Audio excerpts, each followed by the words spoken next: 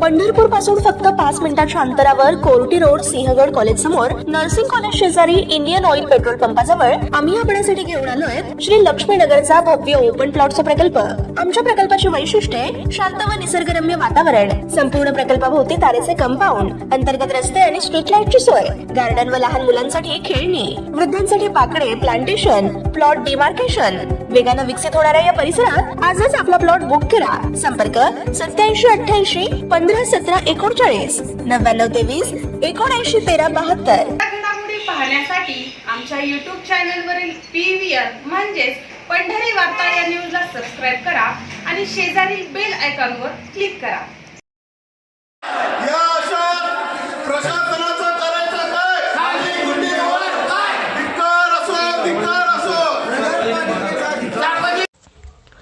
पंढरपूर शहरातील नवी पेठ परिसर, भाजी मार्केट तसेच बस स्थानक ते मंदिराकडे जाणाऱ्या अनेक प्रमुख रस्त्यावरील स्वच्छतागृहे, मुताऱ्या हटवण्यात आलेल्या आहेत आणि हे होत असताना नगरपालिका प्रशासनाने राजकीय अथवा इतर अर्थपूर्ण हेतूने त्याकडे दुर्लक्ष केले आहे अशीच सर्वसामान्य जनतेत भावना आहे।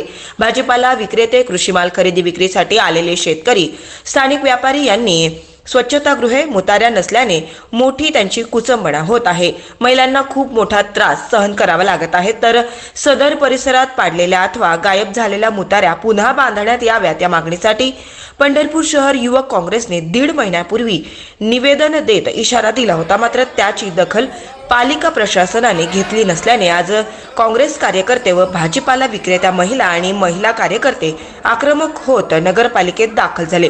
पालिकेतील स्वच्छतागृहांना टाळे ठोकण्याचा प्रयत्न करीत मुख्याधिकाऱ्यांच्या दालनासमोर जोरदार घोषणाबाजी करण्यात आली। पंढरपूर नगरपालिकेच्या समोर आज युवक काँग्रेस शहर अध्यक्ष संदीप शिंदे यांच्या वतीने मोटारीच्या विषय, बाथरूमच्या विषयी आंदोलन करण्यात आलं आहे।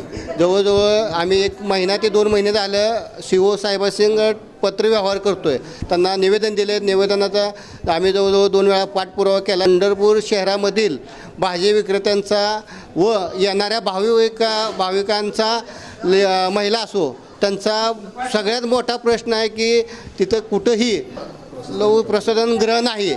त्या विषयावर जवळजवळ CO आम्हाला 2 महिने झाले नादी लावतात। नादी लावायचं म्हणजे आम्ही 2 महिन्याखाली निवेदन दिलं, त्यानंतर 1 महिन्याखाली मिटिंग घेतली।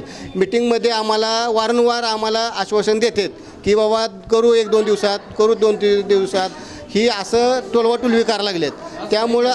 त्यामुळं आज पंढरपूर नगरपालिकामध्ये जी CO साहेब असतील किंवा इतर अधिकारी असतील त्यांचे संडास बाथरूमला आम्ही टाळे ठोकून आंदोलन केलं आहे आणि जोपर्यंत ही प्रश्न सुटत नाही तोपर्यंत नगरपालिकेच्या संडास बाथरूमला आम्ही टाळे ठोकलेले आहेत, तोपर्यंत काढणार नाही। आता आम्ही CO साहेबाची गाडी घ्यायला आलो तर CO साहेबाच्या ऑफिसला कुलूप लावलेलं आहे। वारंवार असं राहते की CO साहेबाची गाडी घ्यायला आलं की CO साहेब इथं नसतात हाला, इथं कुठं आहे तर मुंबई पुणे, त्यांची ड्युटी मुंबई पुण्याला आहे का ती आम्हाला काय माहीत नाही।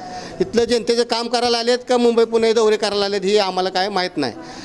आणि दुसरी गोष्ट, आता वाळुजकर साहेब आहेत, वाळुजकर साहेबांनी मला सांगितलं की बाबा तुमचं लवकरात लवकर काम करतो, पण आम्ही ह्या गोष्टीवर ऐकणार नाही, आम्ही आंदोलन करणार म्हणून सांगितले। आणि दुसरी गोष्ट, आता त्यांनी लेखी तर आम्हाला दिलं 1 महिन्याच्या आत आम्ही मुताऱ्या करतो तरच ही आंदोलन मागं घेण्यात येणार आहे।